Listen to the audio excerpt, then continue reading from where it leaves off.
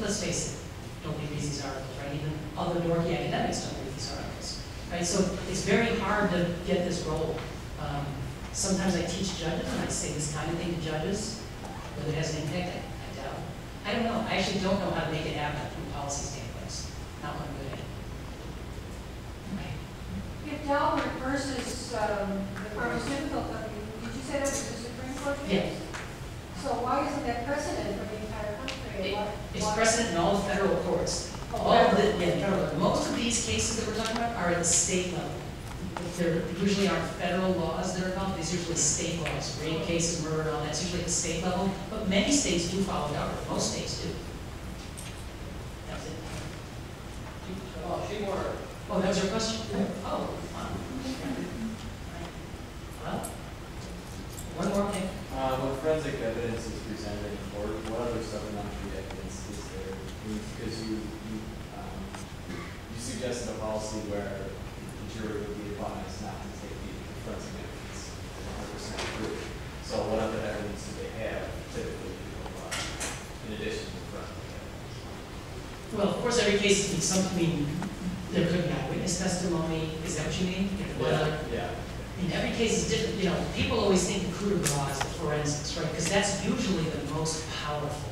You know, sometimes there's evidence introduced about motive and opportunity and means and all that, and sometimes it's not quite so overwhelmingly strong. You know, he had motive to kill him because he could steal his money. I guess that's some motive, but that people aren't going to convict based on that. People like to convict based on direct evidence, and the most direct of all is eyewitness. So I think eyewitness is still king. I think that's the one we like the best. You know, we want to see somebody say, I was there, I saw him plunge the knife into her body. You know, that's what we like. We want the eyewitness to tell us so. Even though eyewitnesses make mistakes, we love it. But forensics, I think, is a very close number 2, and sometimes number 1 when it comes to DNA. You know, people love DNA. That is the most respected of all. If there aren't other questions, actually, that was. Oh, I'm sorry. You mentioned briefly at the end that we have a small amount of data concerning error rates and how DNA is much more reliable than fingerprints and other things. Do you think that with the developments in DNA testing and things, that the future of forensic science might be more based on DNA evidence rather than fingerprints, and therefore this would be a much less troubling? Well, that's a great question. DNA is appearing more and more. And we're doing such a great job with DNA because now we can, get DNA samples that we can't even see, But the fact is, fingerprints still come up in a lot of cases. There are plenty of cases that have no DNA where, all you've got is a footprint or shoot it, and nobody dropped any DNA along the way. We can't get it or it's blown away, but the footprint is still there. So I agree with the point that DNA is going to be used more and more. I don't think it'll replace these other forensic sciences. We're still going to need glass chips and fibers and paint chips and all that stuff. I think there's still a place for it. I think especially fingerprints. I think fingerprints are still going to be a big one.